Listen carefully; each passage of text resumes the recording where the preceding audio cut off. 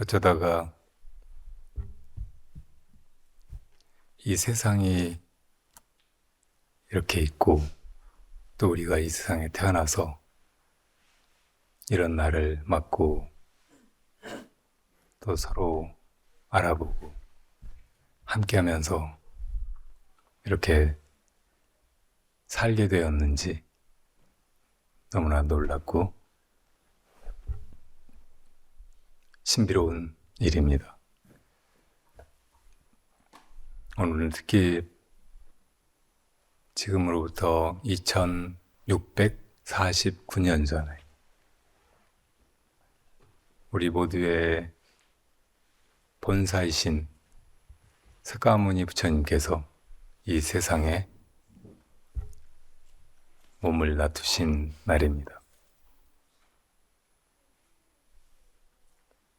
우리는 왜 이 세상이 있는지, 또 우리가 어쩌다가 이 세상에 이렇게 태어나 살게 되었는지, 또 어떻게 살아야 할지, 또 왜 우리가 영원히 이 세상에 있지 못하고 때가 오면 다 작별하고 다 버려두고 죽음을 향해서 떠나가야 하는지 모른 채 이렇게 살고 있는데, 이 모든 내막을 깨달음을 통해서 밝히 드러내 보이시고, 또 우리에게도 그 깨달음을 통해서만 이 세상과 우리 존재의 연고를 우리도 깨달을 수 있으니까 그 길을 일러주신 분이 바로 부처님이십니다. 그러니까 이 세상에 다른 누구보다도 부처님이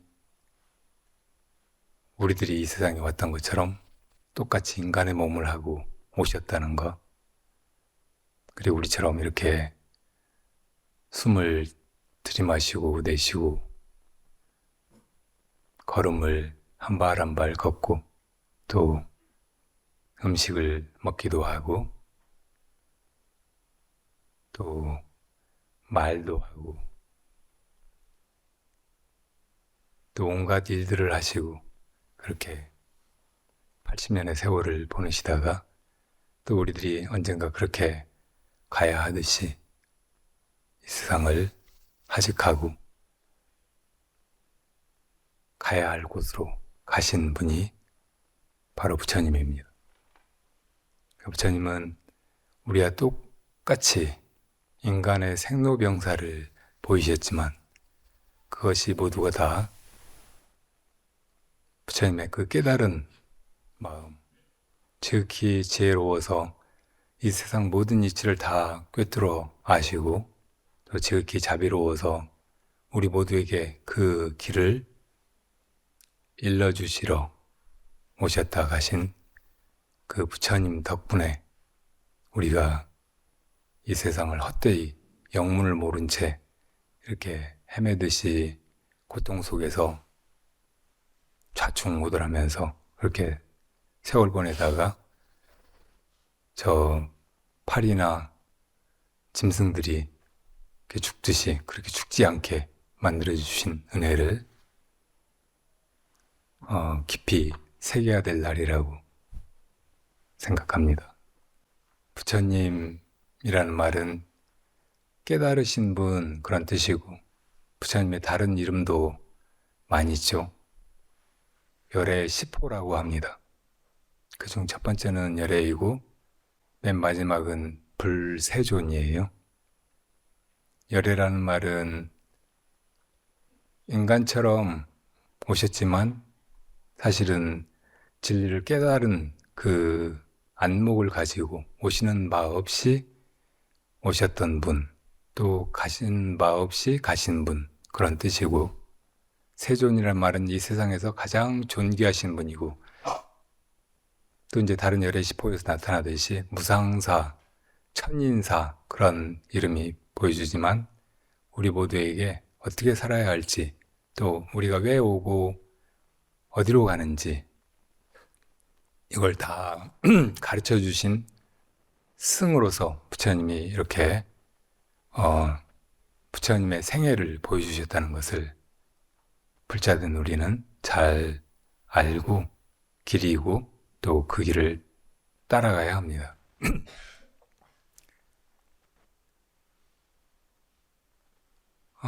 우리가 불자가 된 지 제법 오래고 또 평생을 불자로 이렇게 살아오셨을 수도 있지만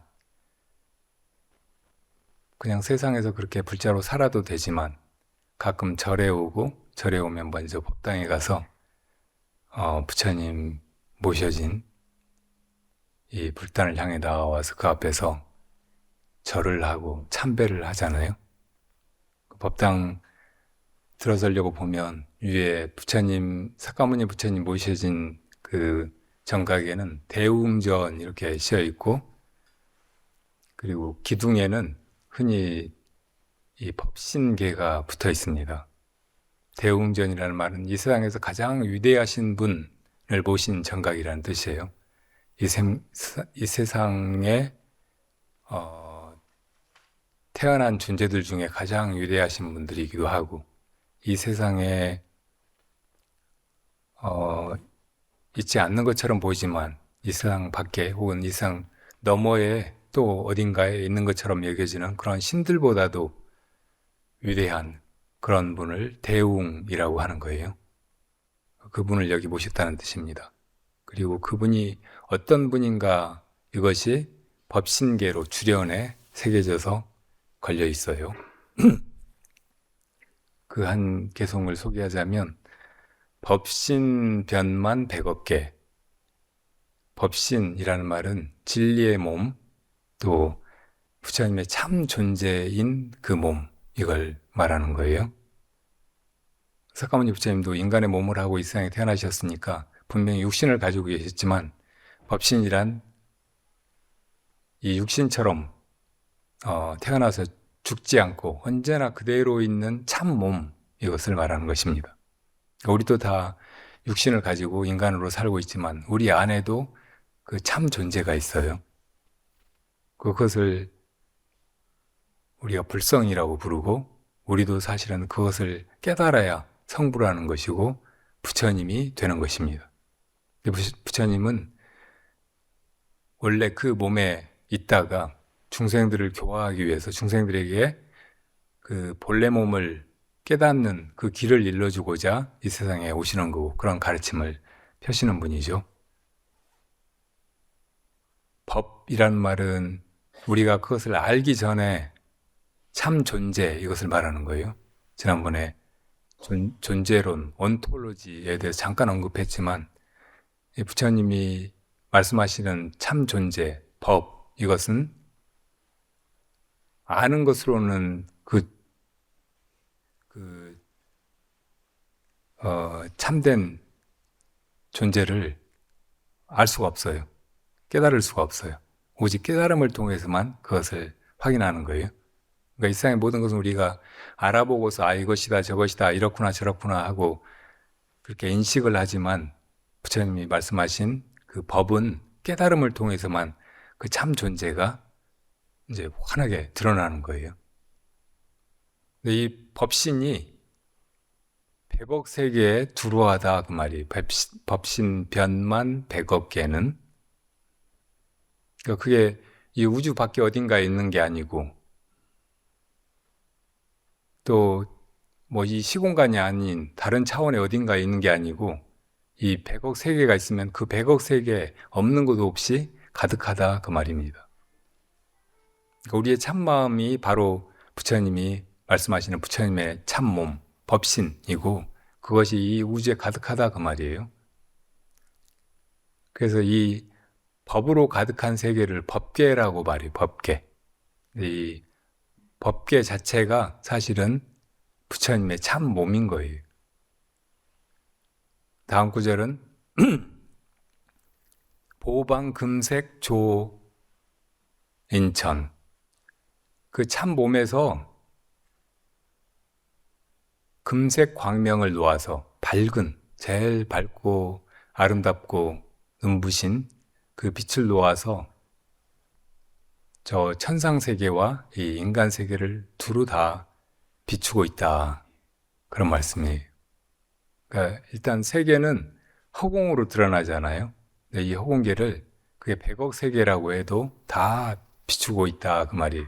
그러니까 이 세계가 그냥 어, 아무 어떤 그 깨어있음이라든지 인지 없이 그냥 이렇게 죽은 공간으로 드러나 있는 게 아니고 그게 다 법신에서 드러나는 것이고 그 법신이 또 비추어서 다 보고 알고 하고 있다는 말이에요. 요즘에 뭐 양자 물리학 많이 사람들이 믿고 놀라워하고 하는데 양자역학에서 말하는 그 양자 이것이 이 부처님의 법신이라고 말할 수도 있어요. 그것이 우리 마음이라고 말할 수도 있어요. 이것이 바로 이 모든 것을 다 나타내고 있는 것입니다. 우리의 정신작용, 그리고 이 시간, 그리고 공간, 그리고 공간 속에 있는 모든 물질들, 에너지들, 이걸 다 부처님의 참 몸이 이렇게 드러내고 있고 또 그걸 비춰보고 있는 거예요. 그 다음 구절은 응물현형 담재월. 그러니까 이 이제 공간 속에 어떤 것이 드러나면 비로소 이것이 여기 있구나 하고 알아보잖아요. 그 형상을 보게 되고 그 이치가 마치 부처님의 법신이 이 사물에 응해서 그 형체를 드러내는 것이 마치 달이 물 위에 비친 그림자, 또 그림자의 세계, 이걸 드러내고 있는 것과 같다, 그런 말씀이에요. 그러니까 참 몸은 뭐 시간, 공간에 속하지도 않고 형체도 없고 막 그런데 그것이 이제 이 세계를 이렇게 드러내고 형체를 나타나게 하고 그런 것이 마치 물이 있다면 그 물 위에 허공에 달이 그림자가 비쳐서 달 그림자도 나타나고 또 다른 것도 다 비쳐서 온갖 뭐 형상이 산화대지가 다 드러나게 하는 것과 똑같은 이치라는 말이에요. 근데 물 위의 그림자는 다 실제가 아니잖아요. 가상의 것들이에요. 그렇듯이 지금 우리가 여기 이것들이 현실로 구체적으로 우리가 만질 수 있을 만큼 너무나 생생하게 이렇게 있구나 이렇게 생각하는데 이 법신의 이치를 잘 알고 보면 이것들은 다 꿈속과 같은 것들이고 그냥 물 위의 그림자처럼 시뮬레이션으로 혹은 홀로그램으로 이렇게 드러나고 있을 뿐인 거예요. 그걸 다 또 부처님의 참 몸이 드러내고 있는 거예요. 참 몸이 주인이 되어가지고. 그러니까 우리의 육신도 마찬가지고 또 내가 나라고 생각하는 그 마음속에 개념이 있잖아요. 자의식, 에고. 이것도 다 마찬가지. 다 거기서 어떤 상으로 우리가 볼 수 있고 또 감지할 수 있는 그런 구체적이고 현실적인 그런 존재로 나타나는 거예요. 근데 우리는 이제 그게 그 가상의 것이고 그림자와 같은 것이라는 걸 모르고 그걸 실제로 여기잖아요. 이 현실은 너무나 생생하게 꿈이 아니라 진짜라고 그렇게 믿고 살아가죠. 사실은 여기서 중생의 고통이 벌어지는 거예요.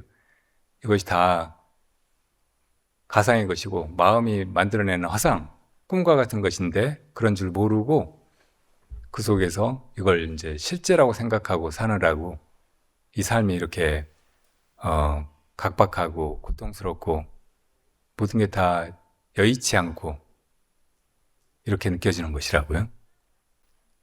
그럼 부처님은 어디 계시느냐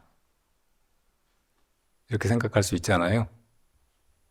옛날에 조주 스님이라고 하는 깨달은 큰 스님한테 어떤 제자가 찾아와서 큰 스님 부처님이 어디 계십니까? 하고 물었어요. 부처님은 석가모니 부처님은 2569년 전에 열반이 드셔가지고 이 세상에 형체가 없어지셨잖아요.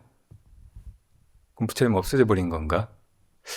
부처님 그런 분이 아닌데 불생불멸한 분이고 분명히 어딘가에 계실 것 같은데 어디가 계신지 찾아볼 수가 없고 하니까 그 부처님 진짜 어디가 계시느냐고 여쭌 거예요. 그랬더니 마조 스님이 조주 스님께서 부처님 법당 안에 계시지 그러셨어요.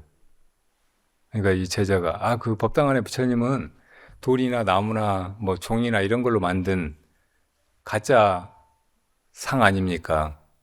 그러니까 조주스님 그렇지? 그랬더니 제자가 그러니까 진짜 부처님은 어디 계시느냐고요 하고 다시 해주니까 그때 조주스님이 법당 안에 계시지 또 그러셨어요. 이게 무슨 말일까요? 진짜 부처님은 그러니까 법신은 사실은 형체가 아니고 사물이 아니고 하기 때문에 어디에도 있다고 말할 수가 없어요. 그러나 없는 것이 아니에요. 있다고도 없다고도 말할 수 없는 완전히 다른 더 심오한 그런 차원의 참 존재로 진짜 계시는 거예요.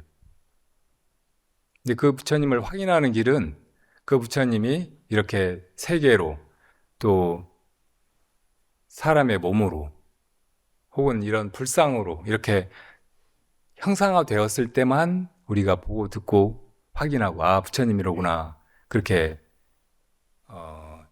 알아차릴 수가 있는 거예요. 사실은 사람도 마찬가지예요. 지금 여기 저 보은 박사님도 계시고 또 옆에는 본자연 보살님도 계시고 그런데 그 사람의 진짜 존재는 이 몸뚱이가 아니잖아요. 몸뚱이 안에서 이런 생각도 하고 또 무슨 결정을 해서 뭘 하기도 하고 이것저것 알아보고 판단하고 하는 그 진짜 주인인 마음 이것이 진짜 보온거사님이고 본자연 보살님이지 이 몸뚱이는 그냥 껍데기 같은 거 그림자 같은 것에 불과하단 말이에요. 근데 그 진짜 보온거사님이나 본자연 보살님을 어떻게 알아봐요? 그건 보이지도 않는데 그게 있는지 없는지도 알 수가 없는데 그걸 알아보는 길은 오직 이 육체로 그분이 드러났을 때 그리고 그 육체가 말도 하고 이것저것 움직이기도 하고 살아서 오고 가고 나를 보고 웃기도 하고 막 그럴 때 비로소 알아보는 거잖아요. 그거 똑같아요. 그러니까 여기 법당 안에 이렇게 불상을 모셔놓고 불자들이 절도 하고 하면 어떤 이제 이교도들이 저 우상 숭배하는 미신이라고 어쩌고 하는데 그건 전혀 불법의 이치를 모르고 하는 말. 이게 부처님 아니에요? 그 법신이 지금 이렇게 나타나 있는 거잖아요. 응물현영하고 있는 것이라고. 이거를 부처님인 줄 알아야지 저거는 뭐 돌멩이다, 우상이다 이렇게만 생각하면 하나는 당연히 알지 모르지만 둘은 모르는 일이에요. 이 이치를 바로 이제 마지막 구절 채원 정좌 보련대 이렇게 마감하고 있습니다. 그 부처님의 본체는 너무나 원만하게 완전하게 보련대 아주 보배로운 연화대 위에 앉아 계시다 이 말이에요. 이걸 이제 이 우주로 빗대어서 보면은 부처님의 그 법신이 뭐 시간도 아니고 공간도 아닌 그 차원에 뭐 있다고 없다고 확인도 할 수 없는 그런 차원에 도저히 알 수 없는 차원에 그렇게 있는데 그것이 이 우주로 이렇게 드러난 거예요. 마치 연꽃이 피듯이. 이게 다 부처님의 몸인 거죠. 부처님의 법신이 이 우주로 드러난 것이라면 이 우주 전체가 다 부처 있는 것입니다. 여러분들이 이제 절에 와서 그 선불교에 대해서 배우게 되고 뭐 이런저런 화두나 선문답 이런 걸 접하다 보면 무슨 너무 엉뚱하고 귀신 신화를 까먹는 소리 같은 그런 얘기를 많이 듣죠. 옛날에 어떤 제자가 또 동산이라고 하는 큰 스님한테 와서 스님 무엇이 부처입니까? 하고 물었더니 동산 스님이 말은 똥막대기니라 그러셨어요. 그런 얘기도 들어보셨죠? 옛날 중국에서는 뭐 우리나라에서도 옛날에 삼국시대나 뭐 그랬다고 하는데, 이 화장실에 가서 뭐 화장지나 뭐 종이 같은 걸로 그 뒤처리를 할 수가 없으니까 막대기를 하나 매질매질하게 깎아가지고 그거를 이제 화장실 앞에다 세워놓고 여러 개를 세워놓죠. 그랬다가 이제 그게 마른 거 있으면 그걸 들고 가서 이를 보고 그걸로 닦고 나오는 거예요. 그거를 앞에 이제 물병이 있어요. 정병이. 그 물에다가 이렇게 헹궈가지고 깨끗해지면 이제 또 세워놓는 거예요. 그게 똥막대기예요. 그 부처가 무엇입니까? 했더니 그 더럽고 막 보기도 끔찍한 그 똥막대기라고 한 거예요. 근데 이 마른 똥막대기라는 말이 전혀 이 불법의 이치를 모르고 들으면은 부처님을 모욕하는 말 아닌가, 무슨 엉뚱한 소리야, 이렇게 생각할지 모르지만, 이제 여러분들은 좀 아시겠죠? 마른 똥막대기가 더럽고, 뭐, 그냥 손에 만지기도 싫은 것이라고 느껴져도, 그거 없으면 어떻게 화장실에 가서 이를 보고 나서 뒤처리를 해요?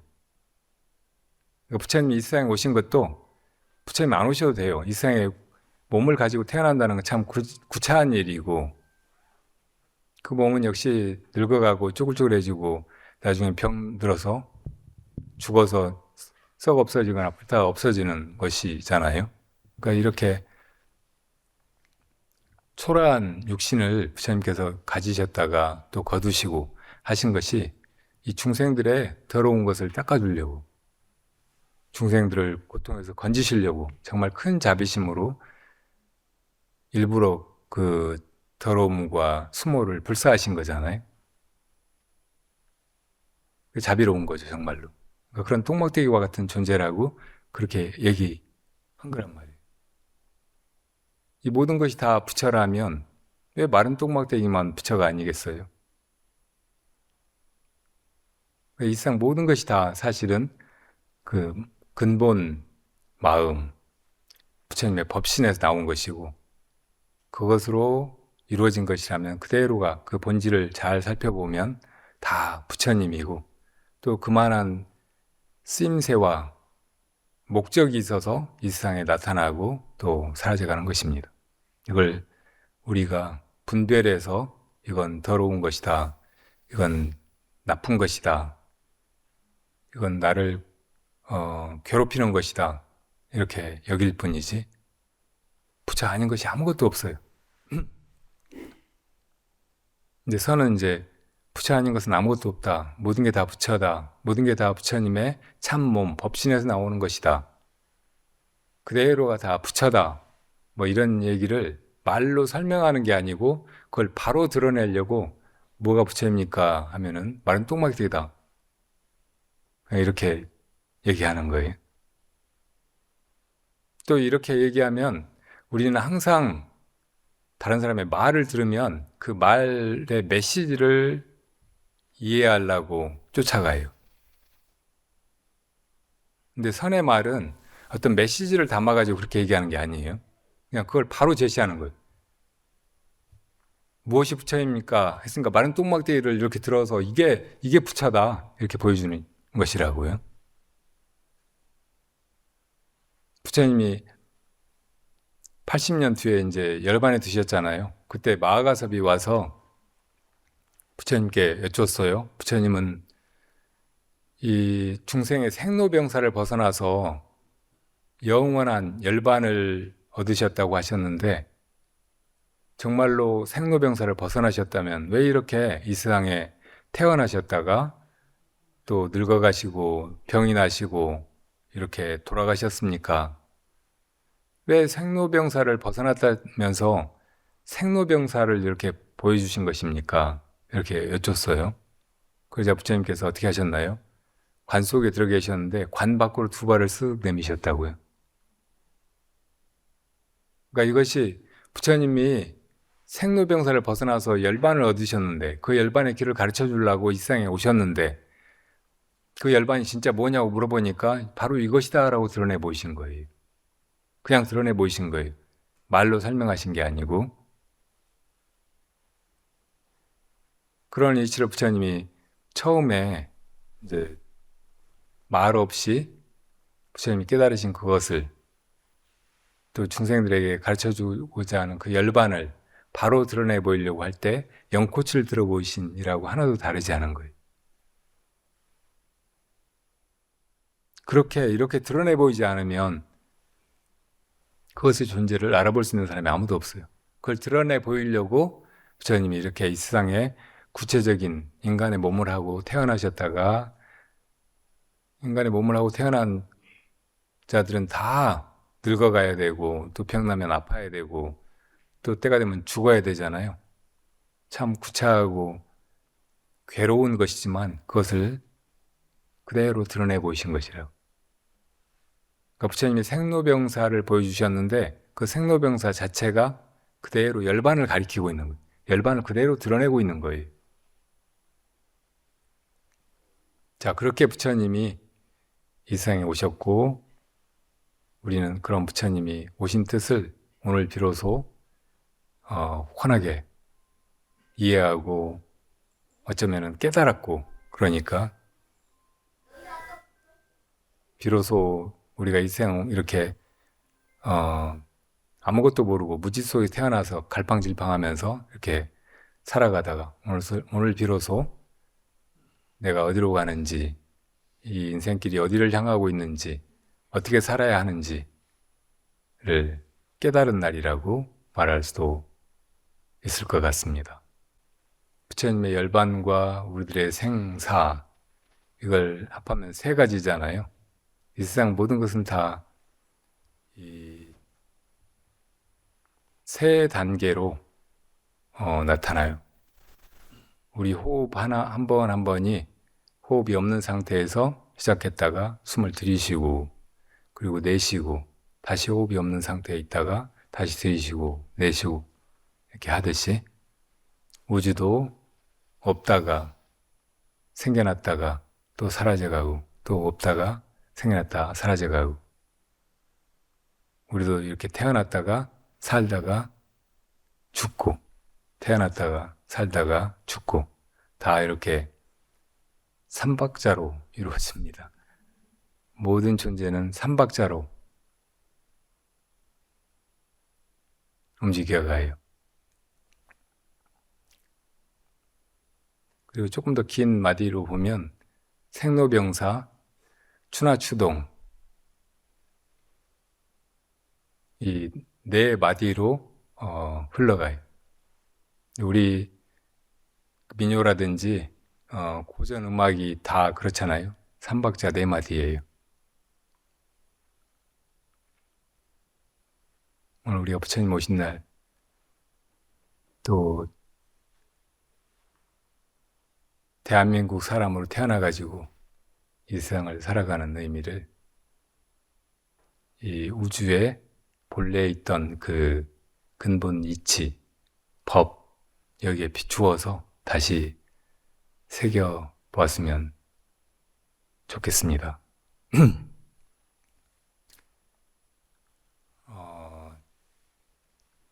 부처님 오신 날 절에 오면 다 부처님께 등 공양을 올려요. 그리고 어두워지면은 그 등을 들고 제등행렬을 합니다. 그러니까 부처님의 존재를 이 세상에 어둠 속에 등불이 나타난 것처럼 그렇게 여기고 찬탄하는 것이고, 그리고 우리도 그 등불을 전해받아 가지고 이 세상을 밝히는 그 길에 나서는 그런 의식이에요.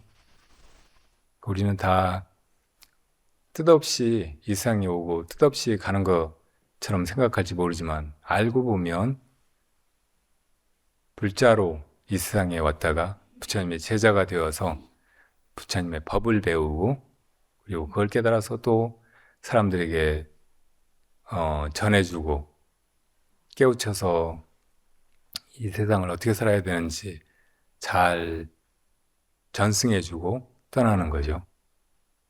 마치 우리가 다 어머니 아버지의 자식으로 태어났다가 또 나중에 내가 어머니 아버지가 되어서 자식을 낳고 세상을 하직하고 떠나듯이 여러분들이 이제 이 세상에 오셔서 왜 이 세상에 왔는지, 어떻게 살아야 할지, 또 어떻게 마무리하고 떠나야 할지 아직까지 모르고 있었다면 이 부처님의 길을 잘 보세요. 부처님이 이 세상에 오시고 또 살아가시고 또 떠나가시고 하는 그 과정을 잘 들여다보면 나도 그런 길로 가고 있구나.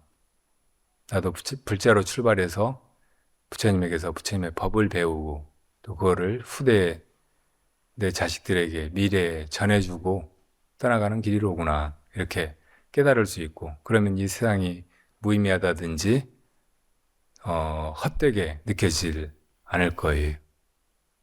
여러분, 연세가 이제 10살도 안 된 사람도 있고 또 90이 넘으신 분도 있고 막 하지만 이거를 깨닫는다면 공자님이 말씀하셨듯이 조문도 석사가이라고 하셨잖아요.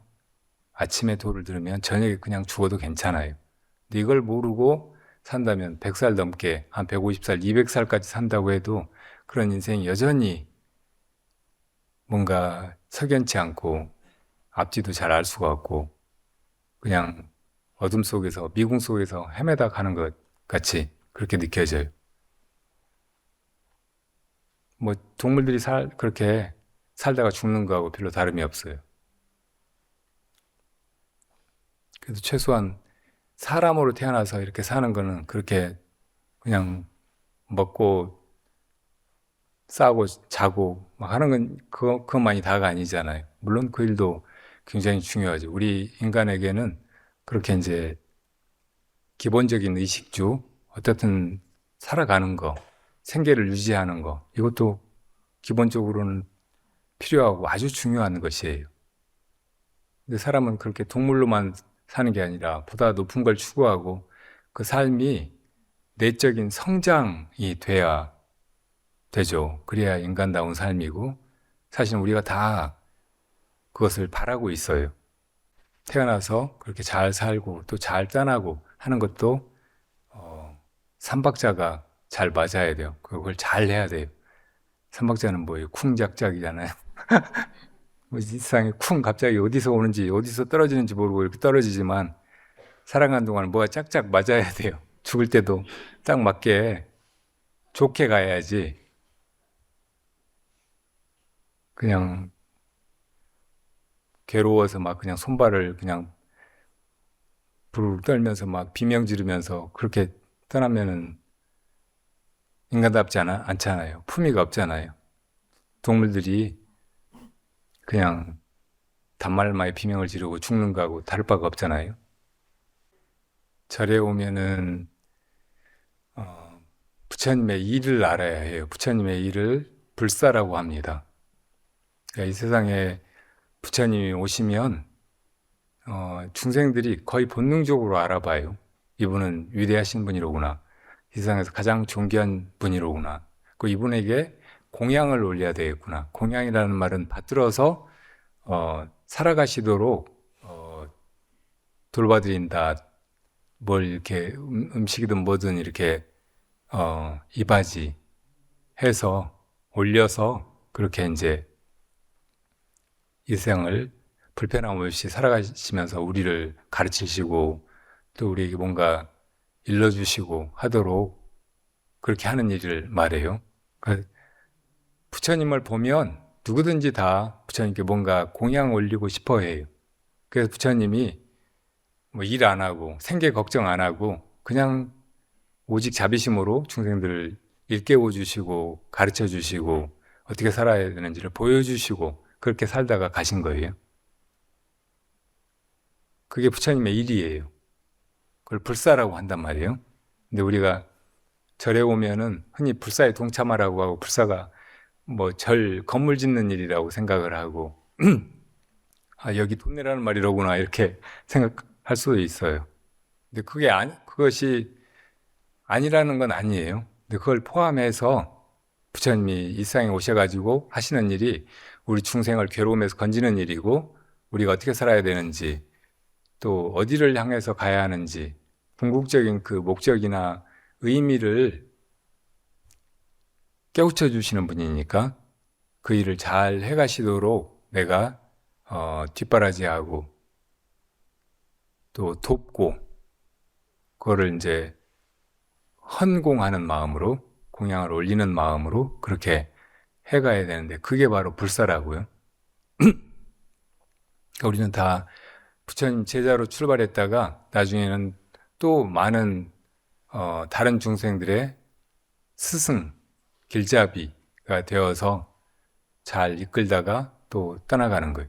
그러니까 우리가 불법을 완전히 깨달았든 그렇지 못하든 일단 이 길이 그렇게 다 통하는 길이고 하나의 주제가 뭐 잘 되든 좀 부족하든 다 그렇게 진행되어 간다는 것을 훤히 안다면 그 길에 그 기꺼이 동참해서 주저하거나 혹은 그걸 벗어나서 딴 길을 이렇게 찾지 말아야 돼요.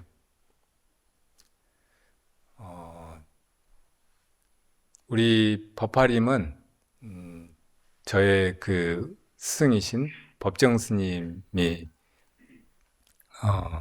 입적하시고 나서 제가 스님의 유지를 잘 이어서 이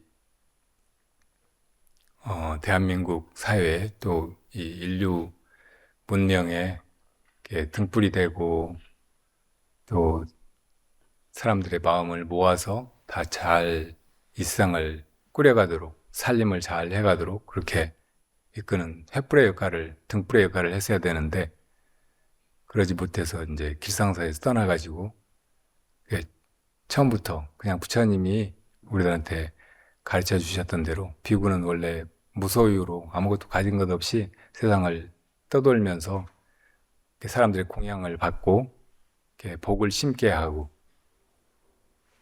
그렇게 복전이 되어서 이제 수행에 매진하고 또 나중에 수행의 결과를 세상에 회양하는 그런 수행자여야 된다. 그렇게 가르치셨으니까 그렇게 살아보자 하고 시작한 모임 같은 것입니다. 근데 처음에 봉화에서 시작했다가 여기 음성에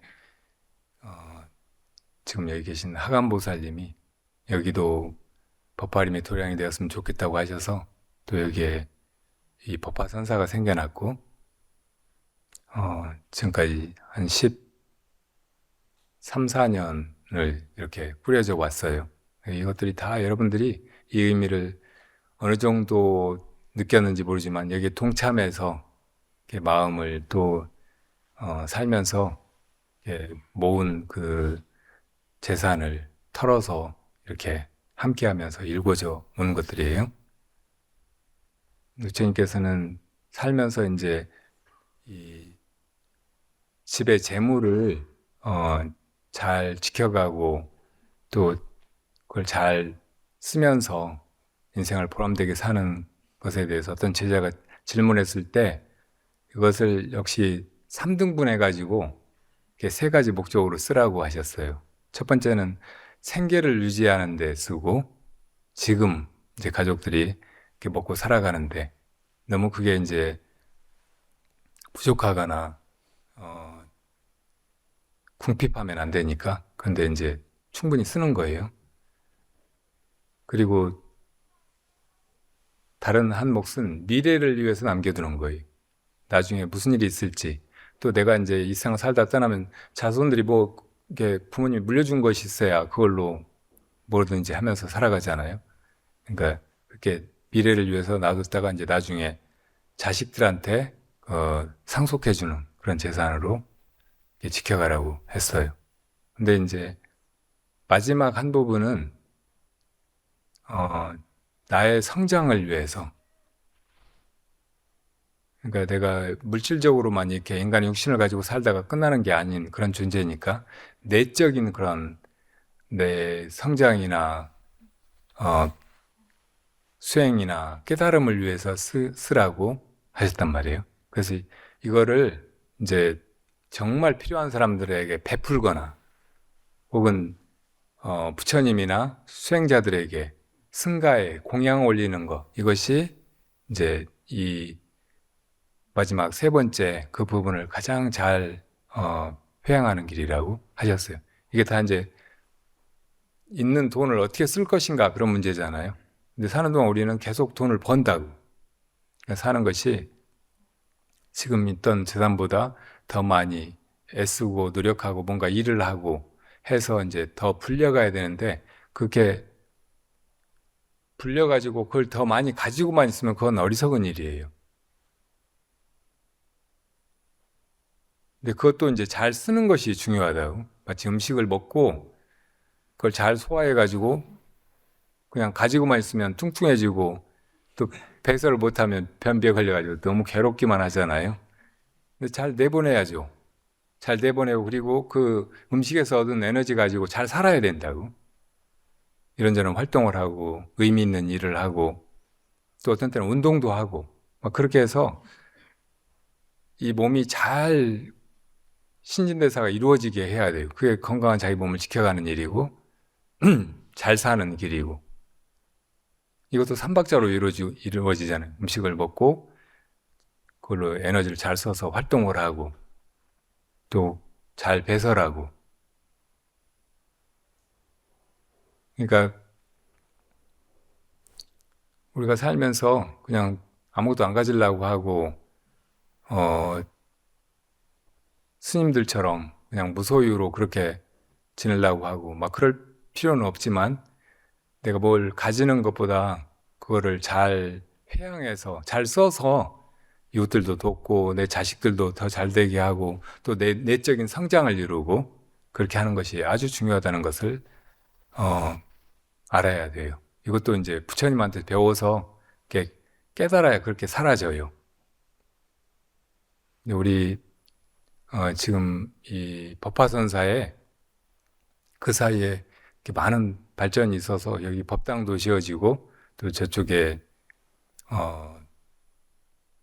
주로 이제 거사님들이, 남성 불자들이 절에 오면 지금은 순 노부살님들 뿐이고 어디 있을 때도 마땅치 않고, 그래서 쭈뼛쭈뼛 하다가 그냥 가셔버리고 다시는 안 오고 막, 그래서 주로 이제 거사님들을 위해서 저쪽에다가 몇 개 집을 들여놓으면서 많이 발전했어요. 근데 그래도 많이 부족해서 이 법당에서 참선도 하고 심지어는 잠도 자고 막 이렇게 해왔거든요. 근데 이제 좀 이 수행하고 잠자고 하는 거를 좀 분리해야 될 필요가 있어서, 마침 투원거사님이 이제 올해 뭐 여름 가을부터 저쪽에다가 그런 이제 공간을 건물로 지어서 공양하겠다고 그렇게 해서 이제 그렇게 할 계획인데, 그 건물 짓는 거는 투원거사님이 그렇게 하시겠지만 그 땅을 확보해야 되잖아요. 근데 처음에 하감보살님께서 이 땅을 시주하실 때 이거 역시 3분해 가지고 저쪽에 농장은 다른 사람이 그 농장 경영하게 파시고, 여기 이 공간하고 저 위에 산은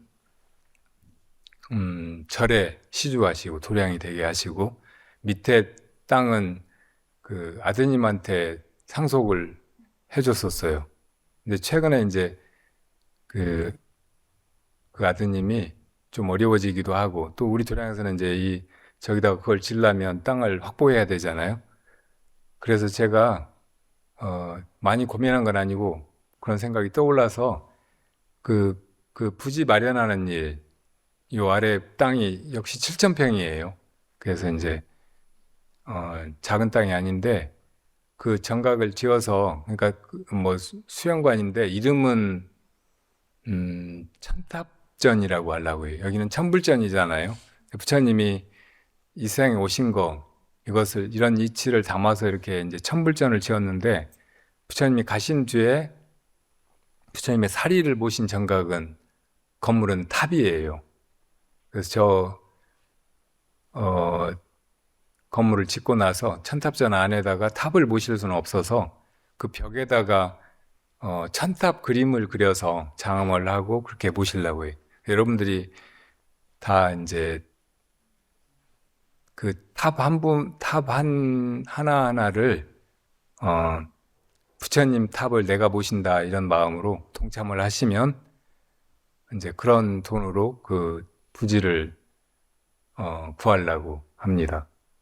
좋은 생각이에요. 예. 그러면 이제 이렇게 원만하게 그 불사가 잘 이루어져 갈 것이라고 생각이 들어요. 부처님의 불사는 절로 이루어져 간다고 하더라고요. 그 말을 제가 잘 못 믿었는데, 중된 지 얼마 안 됐을 때 법정 스님께서 불이람 그 한무퉁이 돌아간 데다가 이렇게 뭐 요사를 하나 짓자고 하셨어요. 그래서 제가 이제 그 일을 하게 됐는데, 절에 있던 행자님 하나하고, 그리고 이제 그 제 속가 동생 목수일을 이제 막 배워서 톱질이나 하고 뭐 끌질이나 하고 하는 이제 사람을 데려다가 셋이서 지었거든요. 근데 처음에 그 집을 지어보라고 법정 스님께서 이렇게 문짝하고 50만 원을 보내신 거예요. 그래서 스님 50만 원 가지고 집을 어떻게 지어요? 그랬더니 100만 원 더 보내셨더라고요. 근데 거기가 그냥 비탈 생땅이고 그 파는 데만 해도 한 석 달은 걸렸어요. 터 마련하는 데만 해도. 그리고 어떤 것도 차로 막 실어 올리고 장비를 들여다가 막 이렇게 할 수가 없어서 사람이 손으로 다 해야 되니까 그 지붕을 이제 기와를 다 전하려고 막 할 수가 없어서 그 올라오는 길에 있는 삼나무를 베가지고 그 나무로 너와를 만들어서 올리기로 했거든요. 그러니까 그 너와 만드는데도 나무를 베가지고 토막 내서 그걸 다 도끼로 한 장 한 장 패서 그렇게 만들어야 했기 때문에 그 일만 해도 한 달 반 정도 걸린 것 같아요. 그러니까 8달 반 동안 죽기 살기로 일을 해가지고 그걸 겨우 지었거든요. 근데 그렇게 하는 동안에도 스님이 무슨 초를 치려고 그러셨는지 어느 날 전화를 하셨는데 그 전화를 이제 그때 이제 지금은 돌아가셨는데 제 사제인 스님이 이제 불이람에 이렇게 지키고 있던 때였거든요. 근데 우리가 이제 일을 하고 있는데 그 스님은 밥은 못 해주겠다고. 그래서 이제 어설프게 그냥 먹는 둥 마는 둥 하고 일을 하고 있다가 마침 이제 큰 절에 왔다가 불이람이 어딘가 하고 올라와 본 대학생 둘이 있어서 그 어린 불자들한테 여기 공양주를 해보라고 했더니 방학 동안에 왔더라고요. 그래서 그 사람들이 이제 밥을 잘 해주고 있었거든요. 그랬더니 스님이 이제 한 번 오셨는데 보니까 막 절에 음식물이 너무 많은 거예요. 그러니까 일하자면은 밥 3끼 잘 먹어야 되고 또 새참도 먹어야 되거든요. 그러니까 음식물이 얼마나 많았겠어요. 스님은 항상 이제 엄청 간소하게 그렇게 드시고 사셨는데 옛날에 머물던 그 암자에 와보니까 너무 막 먹을 것이 넘쳐나고 그리고 그 다음에 또 전화하셨는데 그날 우리가 이제 장마 오기 전에 지붕은 덮어야 된다고 죽기 살기로 일하다가 이제 너무 지쳐가지고 이제 지붕 덮었으니까 하루는 쉬자 하고 그 쉬는 날 다른 선방에 가 있는 사양 사제들 대중 공양을 가기로 했어요. 그래가지고 절에 있는 사람들 다 데리고 나갔는데 그날 이제 절 지키고 있던 그 사제 스님이 법정 스님이 전화를 하셔가지고 거기 집 다 지었어? 그랬더니 아니야 덜 졌어요. 덕현이 바꿔봐. 없는데요? 어디 갔어? 어디 나갔어요? 그런 거예요. 그리고 다음에 이제 스님이 화가 나서 나를 또 찾는 전화를 하셨는데 그 전화를 그때는 이제 그 스님도 없고 해가지고 공양주들이 받은 거예요. 그 어린 여대생들이. 그러니까 스님이 엄청 화가 나셨어요. 그래가지고 그 맑고 향기롭게 소식지에다가 글을 쓰셨는데 그걸 보고 깜짝 놀랐어요. 오랜만에 옛날에 머물던 암자에 집을 짓는다고 해서 가봤더니 음식을 막 그냥 쌓아놓고 먹고 지내더라. 그 나중에 이제 그 집이 다 지어지고 나면 거기 머무는 사람은 다음 사항을 지켜야 된다. 그러니까 그 집을 지었던 목적도 스님이 처음에 지어보라고 하셨고, 우리는 이제 법정 스님이 거기 오셨을 때 스님은 저 상사당에 머무시지만 제자들이 7명이 그냥 그 아래 좁은 방에서 이렇게 새우잠 자면서 막 그렇게 지내니까 너무 불편한 거예요. 그래서 또 이제 강원도에 스님이 가 지내시면서 너무 추운 데서 그렇게 지내다 보니까 여러 가지로 온색하고 따뜻한 남쪽에 가면 편하게 머물 수 있는 그런 집이 하나 있었으면 좋겠다고 하셔서 스님이 오시면 거기 머무시면 좋겠다. 그리고 우리는 이제 뭐 어떻든 이렇게 다른 데서 있을 수 있으니까. 그래서 그렇게 짓고 있는데, 그게 우리가 이제 우리 좋으려고 우리가 살라고 집 짓고 있는 것처럼 거기 머무는 사람은 10시에 자고 2시에 일어날 것. 그리고 거기 수돗물이나 전기를 끌어들이지 말 것. 그리고 세 번째가 이제 압권이었어요. 여자들이 보고 싶으면 큰 절에 나와서 볼 것.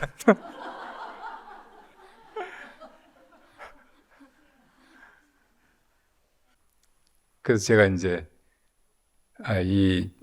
그 젊은 여자들을 절에다 두고 막 이렇게 밥 얻어먹고 막 그렇게 지내는 게 옳지는 않겠다 생각이 들어서 이제 두 사람을 보내고, 그리고 이제 저 절에 살던 그 스님은 밥 못 해준다고 하니까 이제 큰 절에 가서 아침을 먹고 어디서 이제 우유 같은 거나 하나 가지고 와가지고 그거 먹으면서 제가 혼자 마무리를 한 거예요.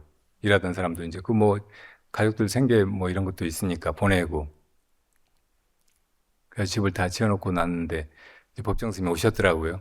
그래서 제가 오셔가지고 이제 스님이 처음에 거기 있던 스님이 왜 여기 일하느라고 고생이고 그런데 밥을 안 해줬느냐, 그렇게 이제 문책을 하시듯이 그런 얘기를 하시더라고요. 그래서 제가 이제 그동안 쌓여있던 거를 털어놨어요. 스님, 우리가 여기서 우리가 살라고 지은 집이 아니었고, 그것도 스님이 한 번씩 오시면 이렇게 사람들이 너무 많이 찾아오고 하니까 좀 이렇게 피해서 여기서 이렇게 지내다 가시고 하면 좋겠다, 그런 마음으로 지었고, 그리고 이렇게 밥 얻어먹고 막 이래저래 그냥 놀고 그런 게 아니고 그 힘으로 일하고 막 이래저래 했는데, 그걸 두고 막 이렇게 글을 써서 사방에 다 알리고 그러시면 어떻게 하느냐고. 그랬더니 스님이 그걸 해명하시느라고 막 쩔쩔매시더라고요. 평소에 너무 말을 그냥 직선적으로 막 있는 대로 그냥 다 하시는 분이고, 말이 뭐 이렇게 막히거나 떨리거나 막 그런 분이 아닌데 그냥 수습을 못 하시고 횡설수설 하시는 거예요. 그러더니, 그리고 저는 이제 이렇게 지어놨으니까 스님 이제 와서 한 번씩 쓰시고 그렇게 계시라고 하고 떠나왔거든요. 그리고 선방 가서 지내다가 이제 나중에 몇 년 만에 스님을 만났더니 스님께서 그 사이에 이제 여러 번 저 보은 거사님한테 가셔가지고 덕현이 그놈이 나한테 그렇게 막 대들고 그랬다고 여러 번 막 그냥 푸념을 하셨나 봐요. 그러니까는 제가 어떤 분이 여기서 기분이 나쁜지 모르겠지만, 아니 집을 짓는데 그 구들장 만나놓고 집을 짓는 놈이 어디냐. 그리고 흉을 보세요. 그렇게 흉을 보시면서 이제 옛날에 뭐 아마 법정 스님이 가장 아끼는 분이 이제 정말 덕현 스님인데, 뭐 그렇게 이제 정말 귀여움이라고 할까, 그 신뢰를 받으실 만한 모든 거를 아마 몇천 년 만에 한 번 나올까 말까 하는 그런 천재성을 지니고 계신 분이 지금 이 덕현 스님이에요. 권사님 평소대로 그런데 뭔가 말싸움을 하다가 한 10년 전에 아마 법정 스님이 눌렸나 봐요. 그러니까 10년 전에 내가 말 잘못한 거를 그거를 끄집어내 가지고 그 따지고 들어서 아유 내가 잘못했다고 빌었다고 그렇게 얘기를 하시면서 무슨 얘기인지 아세요? 그 얘기해도 괜찮아요? 기왕 그렇게 네. 아니 저 혈액형이 AB형이 돼가지고 그렇게 천재성을 가지고 나한테 따졌나 보라고. 왜 법정 스님이 저희 집에 오시면 이제 남 흉보고 이제 저도 이제 흉보는 데는 그래서 좀 이제 그한 가닥 하거든요.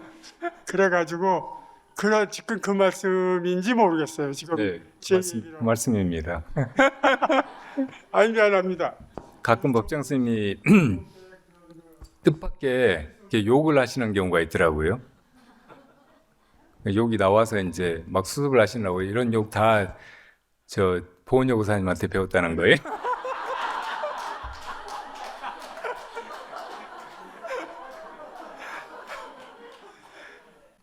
험한 욕은 아니고 씨하고 나올라다 많은 거긴 한데.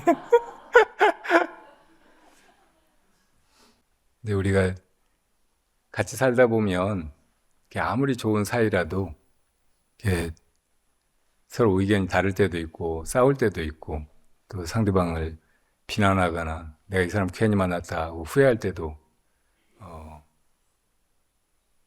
있을 수 있죠.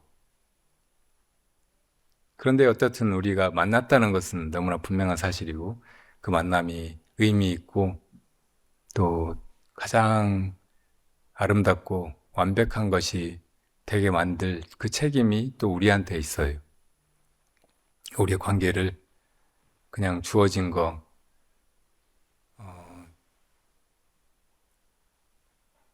서로 생각하거나 또 너무 이렇게 억울하고 불행한 것으로만 생각하거나 그럴 게 아니고 어떻든 인연 속에서 내가 한 편이고 또 어찌 보면 주인이고 하니까 그걸 잘 이렇게 회양하고 돌이키고 풀어가고 이루어가고 하는 것이 아주 중요한 일이라는 생각이 듭니다. 제가 이렇게 이런 말씀을 드리는 것이 은사 스님을 정말로 미워하거나 원망하거나 해서 그런 말씀이 아니고 우리가 그렇게 이렇게 만나진다는 또 그렇게 살게 된다는 또 그럴 수밖에 없지만 그렇게 이제 좀 어그러지기도 하고 좀 엇나가기도 하고 잘 안 맞는 부분도 있고 막 할지라도 그런 것이 나중에 지내고 보면 우리를 다듬는 것이고 고마운 가르침이고 또 우리가 같이 배워서 같이 이루어져가는 그러니까 함께 성불하는 그런 과정의 일들이라고 이렇게 받아들여야 된다. 그런 말씀을 드리고자 하는 것이에요. 지금 연세가 법정 스님하고 비슷하시고 93이나 되시는데 저렇게 정정하시고 또 이렇게 와서 이렇게 그냥 집에다가 한 8살 정도, 한 3살 정도의 아이들이 있는 거예요. 저렇게 겸손하시기도 하고 법정 스님도 너무 살아계시는 동안 저분 가족들을 반가이 맞으시고 불리하면서 가족처럼 그렇게 시간을 보내다 가시기도 하고 저도 출가해서 처음에 그런 모습을 보고 너무 좋아 보였어요. 나는 이 출가의 길, 출세간의 길을 믿고 이렇게 떠나왔지만 가족을 떠나왔지만 저 가족은 정말 아름답다. 저런 가족이라면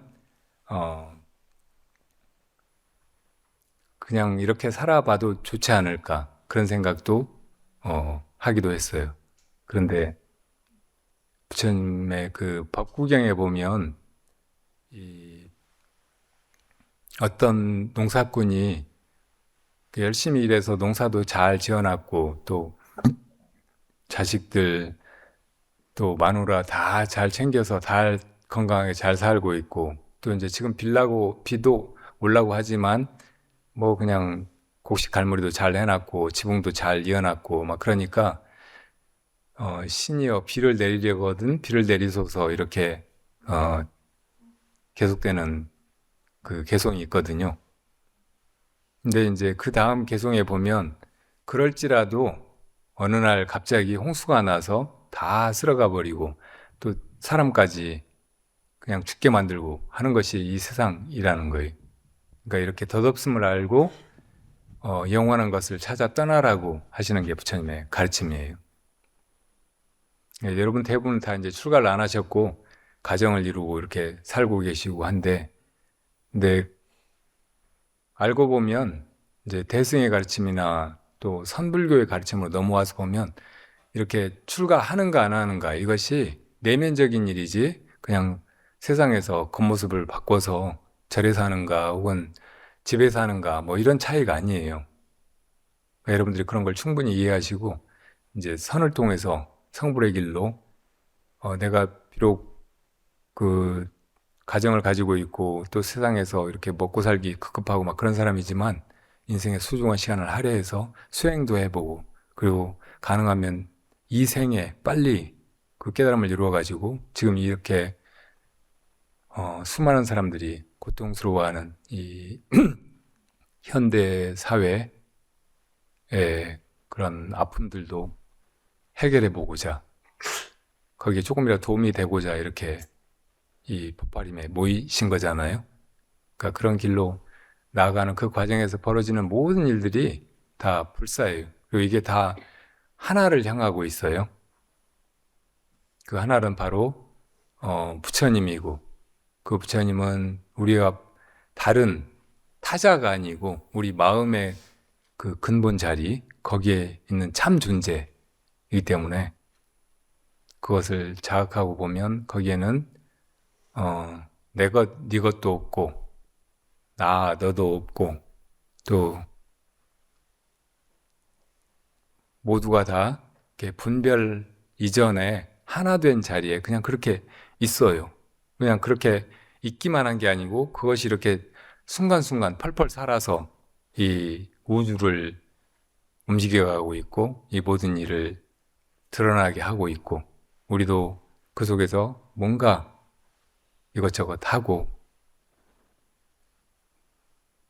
또 이렇게 먹고 자고 숨 쉬고 하면서 이렇게 지내가고 있는 거거든요. 이렇게 지내다가 또 이제 이 생을 떠난다고 해도 이 몸을 버리고 죽는다고 해도 그 역시 그 큰 길에 한 쿵짝짝 하는 그 박자 중에 하나에 불과해요. 그러니까 그것이 아주 끝이 아니고 사실은 모두가 하나 되는 그 길 위에서 함께 하는 일이기 때문에 그 길로 나아가는 의미를 오늘 잘 새겨가지고 이따가 점심 먹을 때 그리고 저녁에 우리 저녁은 빵 공양을 하기로 했어요. 우리 여기 절에 오래 다닌 불자님들 그 자제분이 여의도에 빵 공장을 열었는데 그분들 중에 한 분이 독일에 가서 살다가 독일의 빵 이런 걸 가서 먹어보니까 우리 빵보다 너무나 이렇게 순수하고 건강하고 맛있고 그런 거예요. 그래서 우리나라에도 좀 제대로 된 빵을 만들어 보자 이런 생각으로 정말 좋은 재료, 그러니까 뭐 방부제나 보존제 이런 것 전혀 들어가지 않고 제일 건강하게 그렇게 준비된 재료를 가지고 제일 좋은 방법으로, 지혜로운 방법으로 그렇게 빵을 구워서 팔고 있거든요. 그걸 이제 우리 도량에서도 와서 직접 해서 우리가 나눠 먹게 그렇게 해보면 좋겠다고 생각해서 이제 저 유마방에다가 오븐도 마련하고 그 청년들이 와서 이제 빵을 직접 굽게 그렇게 했어요. 근데 우리가 그걸 얻어먹기만 하면 이건 진짜 불사가 아니잖아요. 얼음된 도리가 아니잖아요. 그래서 예, 그 빵은 사서 먹기로 했어요.